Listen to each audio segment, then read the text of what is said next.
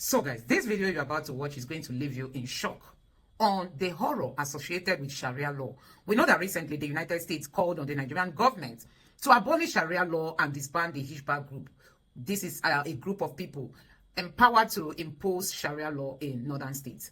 But guess what? A video has emerged where some northern Muslims have come out to say they are ready to dispense their last blood to fight against the US if the US insists that Sharia law should be abolished and the Hijab group should be disbanded.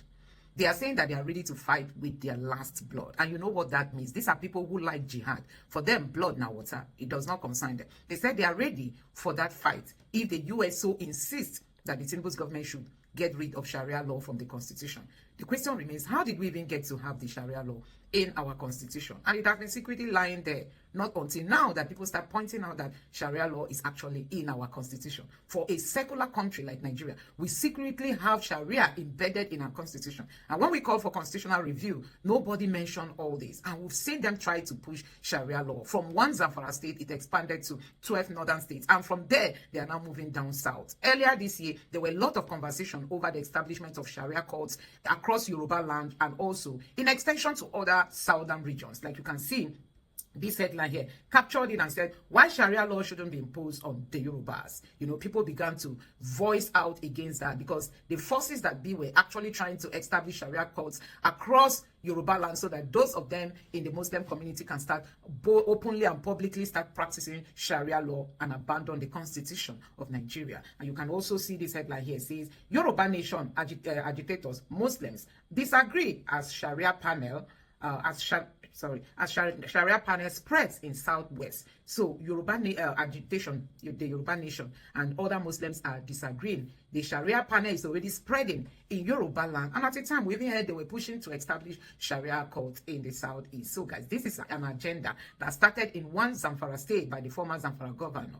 And in this video you are going to watch, you are going to see the horror associated with this Sharia law. Just for you to know that Nigeria is sitting on a gunpowder. I mean, it is really time for people to come up and speak against this Sharia law because this is what is fueling the insecurity. They actually want to make Nigeria an Islamic nation. They want to take over. They want to see Sharia law. And because of the violence that is attached to the Sharia law, that is why you see these guys going violent and they believe they are pleasing Allah. Because whatever you see them doing, they feel they are pleasing Allah and they are going to be rewarded with 70 virgins when they die. Now, take your time. Watch this video, but I'm going to allow you first take a look at what the US said about the United States, one of their rep members, what he said about Sharia law. Then you are going to be watching the real video I want you to watch. Now, take a look at this. It's absolutely anathema, incompatible with the U.S. Constitution, with the ideas contained in the Declaration of Independence, with our rule of law.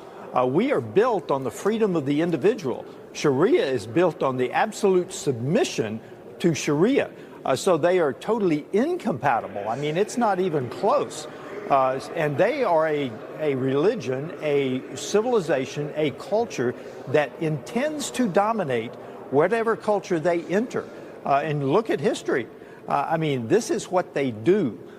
History tells us we need to be very cautious about this, and we need to take the steps to defend our Western culture, our Western civilization, built on the freedom of the individual, consistent with civil society. They do not believe that.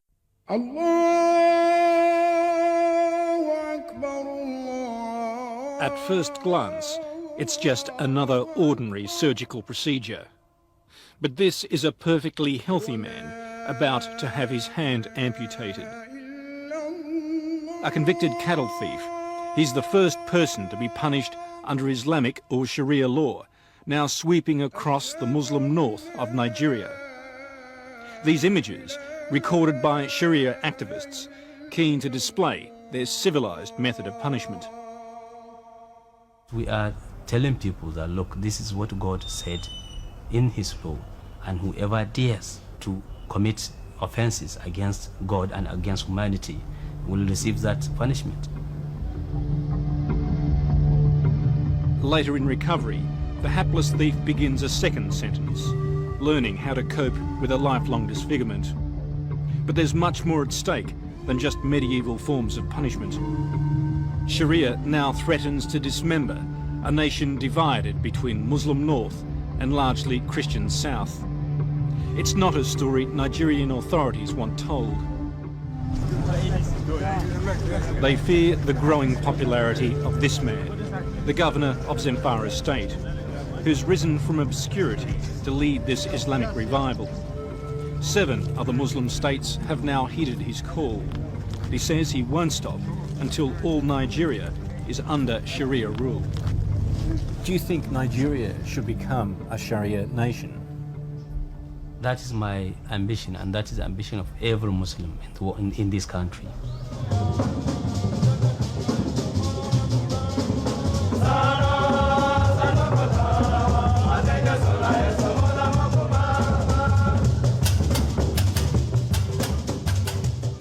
They gather in St Andrew's Anglican Church, Kaduna, to count their blessings. Many are Christian refugees from the newly declared Sharia states.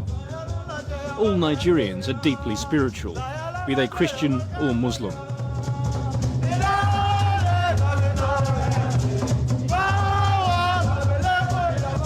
Released last year from the shackles of 15 years of military dictatorship, they're embracing their separate faiths with a renewed vigour. Let us pray also for our members, the members of this diocese, that the fear of the God of God will be in our mind.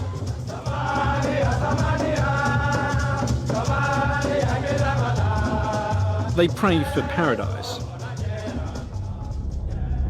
but twice this year have found themselves in the midst of a living hell that left more than 1,000 people dead as Christian and Muslim butchered their fellow man in the name of God. Sharia had swept across the Muslim north unopposed until it collided with Kaduna's sizable Christian minority, who feared persecution under Islamic law. Islamic fundamentalists quickly discovered that one man's jihad is another's crusade. It is just like when you fight me, you push me to the well, to the wall. What next? I have to retaliate. That is how the Christians did. This is what much of Kaduna looks like today, after the rioting that claimed more than 1,000 lives. But it's not as simple as just a dispute between Christian and Muslim. There are a whole range of issues here that threaten to fragment Nigerian society. There's an ongoing conflict between the country's 3 major tribal groups, a growing gap between rich and poor, and a continuing struggle for power between those who support this nation's fledgling democracy and those who prefer the bad old days of military rule.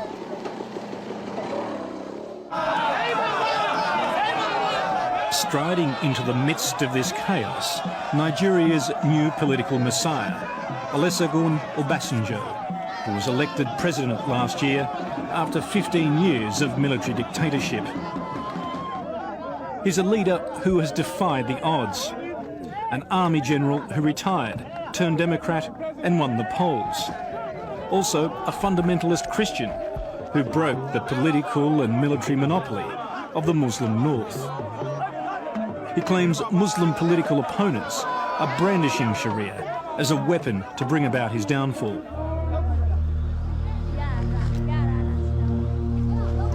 Back amid the ruins of Kaduna, the graffiti provides a clear indication of who prevailed here in Reverend Washim's parish. But it's a hollow victory.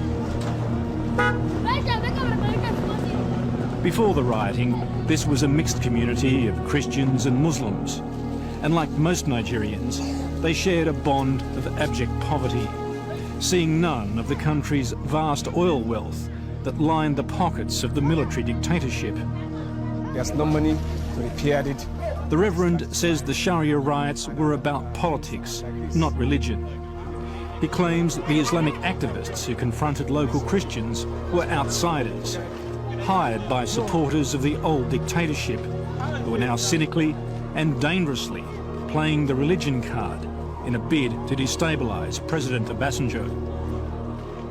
The truth is that the Sharia law that they are trying to is not a religious as such completely, but it's a political. What do you mean? What I mean is that if you can hear, there are a lot of plans to get rid of the present head of state. And this is a man that is sent by the Lord to lead this country because we have been in bondage. He is a sergeant and the rest under him. How do you do? Welcome, fine. President Obasanjo's army keeps an uneasy truce in Kaduna. The once feared foot soldiers of the former dictatorship transformed into unlikely saviours. But they are to make sure that there is peace among us. Yeah. And as you were saying earlier, you feel if the army moves out of here, things will get worse. That is why they are here. The Obasanjo government is reluctant to reimpose this sort of authority over the Sharia states to the north, fearful that it may trigger civil war. There are still strong memories of the last major internal conflict in the 1960s, the Biafran War, an inter-ethnic Armageddon that left 1 million people dead. Today, the stakes are high, and all Nigeria is watching Kaduna. If there is peace in Kaduna, there is peace in Nigeria. If there's no peace in Kaduna, there will be no peace in Nigeria. That is why, because here is a liberal state where everybody could come.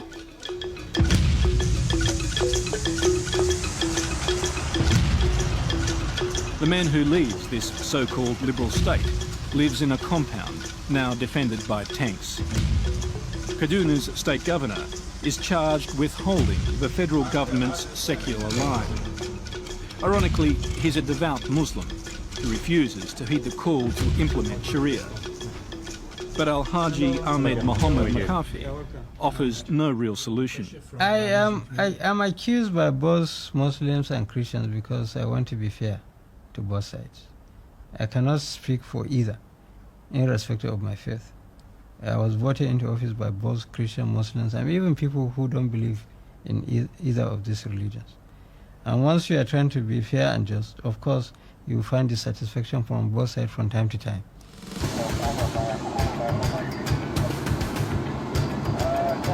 Just a couple of hours north lies the heartland of the Islamic revival. Zamfara, home of farming and Sharia, proclaims the state boundary marker. In contrast to his Kaduna colleague, Zamfara's governor, Alhaji Sani Ahmed, has the aura of a political winner. He's become a powerful new political player, loved in the Muslim north, loathed in the Christian south. Dubbed the Butcher of Zamfara by the Christian-dominated press, accused by the tabloids of profiting from the very corruption he's vowed to eradicate by lining his pockets during an earlier career as a government finance official.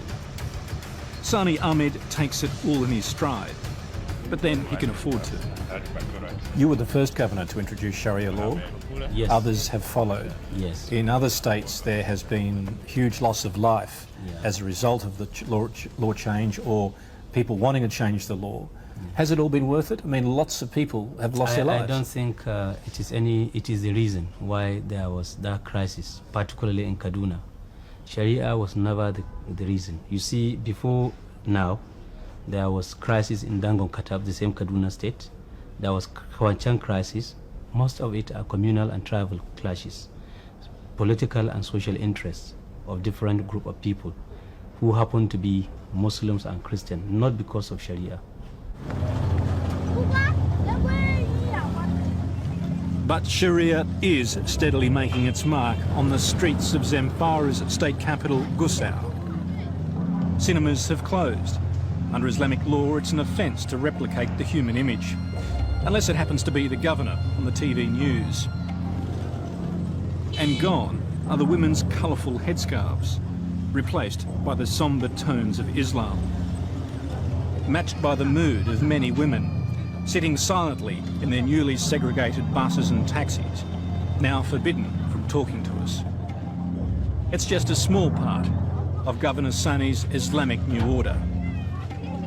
It's all determined and defined. The type of education, the responsibility and the role of the child when he grows up in the society, up to the time he's going to die and then be buried in the grave, even how to go to toilet. You have to enter with the left leg, you say certain prayers, seeking refuge and protection from the evils that are in the toilets. and when you come out with the right leg, thanking God for removing the dirty things that are in your stomach.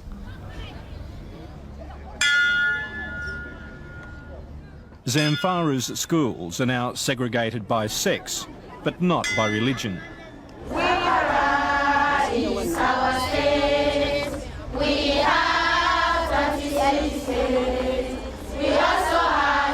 Daughters of the few remaining Christian families, distinguishable by their shorter headscarves.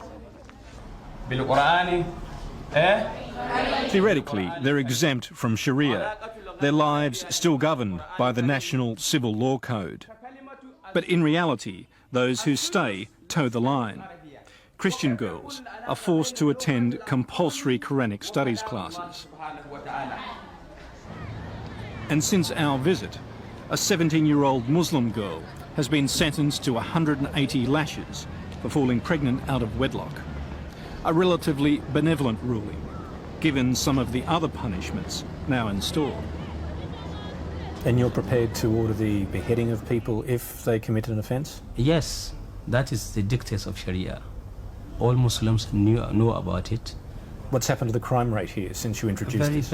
In fact, it's virtually no crime. It's crime-free because the percentage of crime is compared to what obtained before Sharia. I think it's over 90% has been eradicated completely.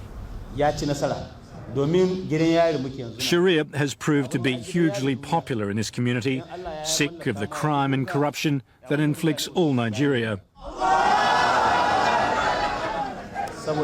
Discrimination against Christians and women deemed a small price to pay. In a deliberate display of transparency, Zamfara's administrators now meet in public. Governor Sani knows politics is all about perception and pragmatism.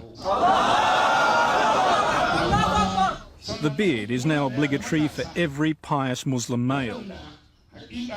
No one seems to notice the clean-shaven, pre-Sharia portrait of the governor, taken barely 12 months ago.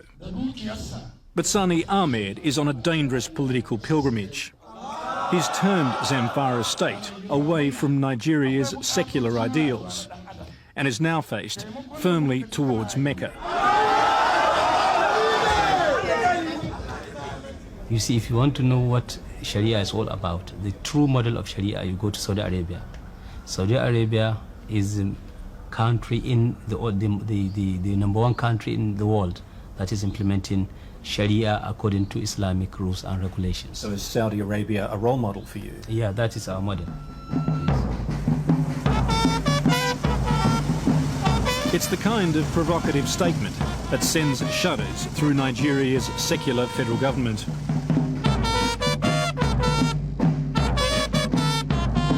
And we're about to witness the fragility of Christian-Muslim unity as Governor Sani officiates over the annual induction ceremony of the National Youth Service Corps. All university graduates are required to undergo 10 months community service before starting their careers. It's intended as a nation-building exercise. Christian Southerners serving here in the north, Muslim Northerners going south to the big smoke of the cities. To build a united, egalitarian society, and a great nation. So help me God. So help me God. Allahu Akbar. Allahu Akbar. Both sides used today's parade as a political point-scoring exercise. For the federal government, it's living proof that Nigeria's youth will put nationalism before religion. But for Governor Sani, a very different spin. Their presence, he says, evidence that the Christian South is prepared to endorse his Sharia state by sending their sons and daughters north for national service. I stand before you here today and assure you that you are safe and sound in Zamfara state, inshallah.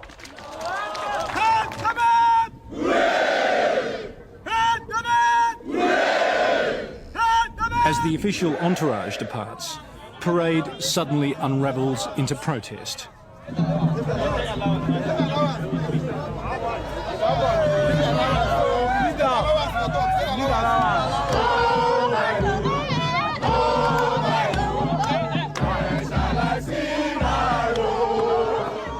The truth is, this great show of national unity in the face of adversity is nothing more than a fabrication.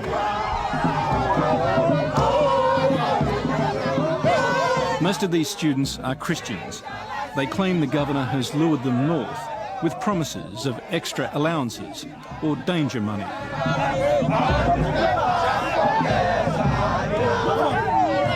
Many of us came from a partisan places just because of the promises we saw on papers. The governor of Zamfara State promises a lot of things. Because the more the risk, the more benefit. So we are expecting more benefit. More benefit. Sharia. So they promised money, but the money's not there. The place is beautiful not because it's scam. We don't know our fate after here. When we are going to our primary assignment, we are given assurance that everything is scam now. But outside here, we really don't know what happens to our life. Furious, federal security officials who minutes earlier welcomed our presence now ordered troops to silence the students and stop us filming. They're angered by this PR disaster and by the amount of time we're spending with the governor, his growing popularity and militancy they regard as a threat to national security.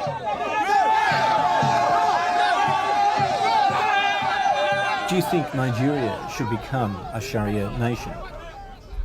That is my ambition, and that is the ambition of every Muslim in this country. We want Sharia to be implemented for all Muslims in Nigeria, while the Christian will be governed by the common law. Christians watching this in Nigeria would be very angered by those comments, the things you've just said then. How will they be angered? That is my own opinion, and I'm entitled to my own opinion in a democratic society.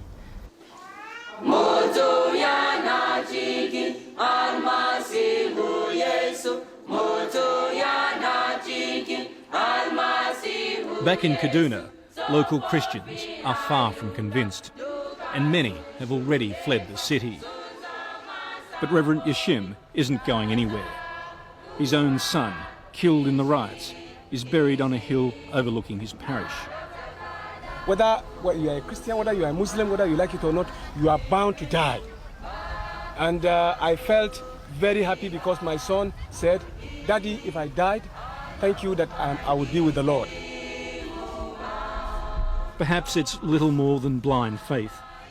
He's staking the lives of his 500 remaining parishioners on the ability of the Obasanjo government to succeed in achieving national unity when all before them had failed. Burdened by this huge responsibility, he can do little more than pray that the rest of his congregation doesn't end up on this hillside.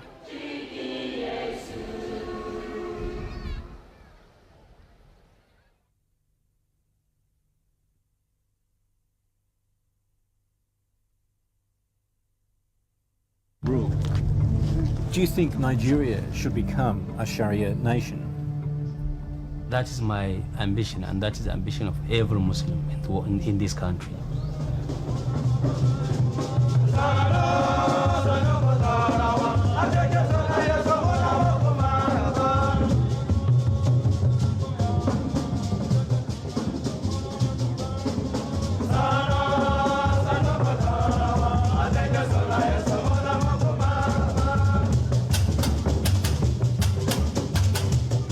They gather in St Andrew's Anglican Church, Kaduna, to count their blessings.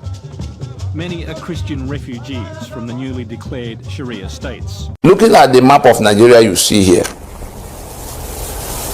you see this section in yellow, 12 contiguous states. Simultaneously imposed Sharia in year 2000. Meaning that they consulted, it was their state House of Assembly that did all of what was done. Their governors signed such things into those legislations into law and set up the Hisbah, the Sharia police that have been enforcing. They've never repealed any of those laws the same way they pass them. They may tell you, oh, it's a joke, Sharia does not exist, but it exists in Kano, destroying people's business. It exists in Sokoto, destroying people's business. And so we come down to section 10. Let's listen very carefully. For those who may think that These are troublemakers who don't wish Nigeria well.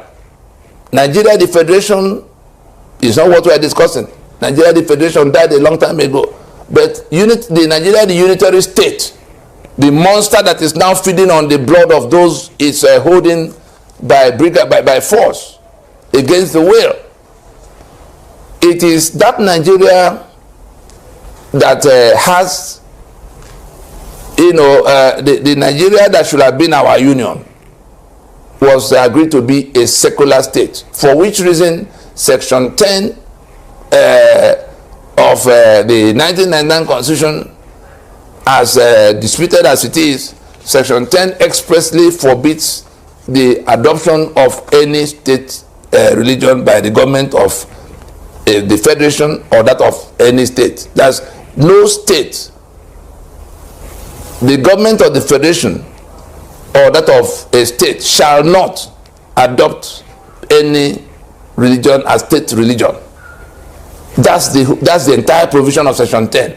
And so when in year 2000, these 12 contiguous states that run from Sokoto Kebbi through Kanu Jigawa to Borno in the uppermost north of Nigeria simultaneously imposed Sharia, adopted and imposed Sharia and began to implement it, they had seceded from the secular union of Nigeria as dictated by Section 10 that says they should not do such a thing, they should not adopt state religion. And so we were, ordinarily it would have been to go and quarrel with them, but we took a second look at it in this project and we said that this is a self-determination that they have exercised, and they went through due process. They consulted among themselves. That was why they could act simultaneously. They are contiguous. They were not picking one here, picking one there, so you don't know how they came about it. They are contiguous. They acted simultaneous, and so it must be that they consulted. But if anybody was in doubt, they went through the due process of their state assemblies passing the law. They also went through the due process of their governors signing and setting up the Hizbah. And so we interpreted it to mean that they had decided to secede from the secular union we were building together with them. They've left the Nigerian Union. They've now regrouped and are coming on a conquest mission, knowing that the title, having abandoned their own title deed in that respect, that the constitution by which Nigeria is convened and controlled and managed, they departed from that constitution by imposing Sharia. But they regrouped and they are here now overrunning, invading communities, killing people and bringing their the Fulani from Mauritania and Senegal and everywhere to come to share the land. They've shared it all the way to Port Harcourt. Look at the tiles on the ground where you are, and you will see the kind of formations in which they had, divided up the entire land all the way to Bonny and Badagry in Lagos area, Bonny in River. And so we are saying that it is that is the first practical rejection of the Nigerian Federation by that part. The campaign we are leading was then the response of, because these same people who have imposed Sharia have departed from a union of sanctity of life. Under Sharia, the adherents owe it a duty of faith to kill the infidel.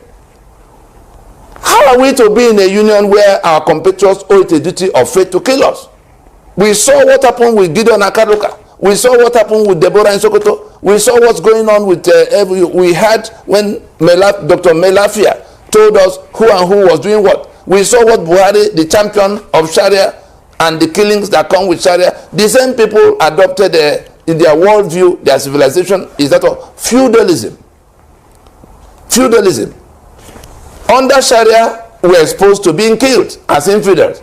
Under their feudalism, we're exposed to being killed too, because in their worldview of feudalism, there's only the master and the slave.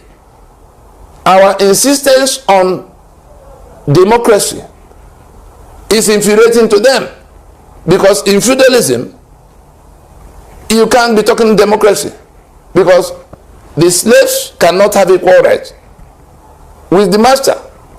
The reason that people are flying flags, Odua nation, Biafra nation, Ijaw nation, At a time, the ones who are doing Sharia had gone their way. So there are practical steps to leave the union. People are holding solemn assemblies and saying we can't proceed on this. None of those things will change. And the reason they are doing so, in case anybody did not understand it, apart from the Sharia belt that has seceded, the feudalist belt that has seceded, the other ones who are who subscribe to democracy, who subscribe to constitutionalism, they insist on a union of sanctity of life. They insist on a union of equality of men. The Ninas Alliance, the South and the Middle Belt, minimum condition for re-entering, for renegotiating even any form of union. Where we are now is that the union is at an end. Anybody who doesn't understand it will learn the hard way that the constitution has been delegitimized and is going to be decommissioned. Whether we went to a meeting to do so together or it happens unilaterally, because that's where it will go next.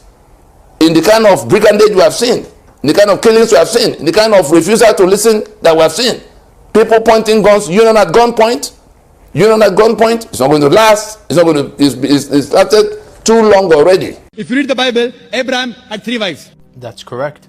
Solomon, how many wives he had? He had 700 wives. Again, correct, and 300 concubines. It is later on the church has put a ban that Christians should marry only one, not the Bible. But are we forgetting what happened to Abraham? Yeah, Abraham had more than one woman, Sarah, Hagar, and later Keturah. But who told him to take Hagar? Not God. It was Sarah's idea because they doubted God's timing. And the moment he brought in the second woman, jealousy, abuse, division, Hagar despised Sarah. Sarah mistreated Hagar. Ishmael and Isaac's descendants remained divided for generations. So Abraham's story isn't proof God approves of polygamy.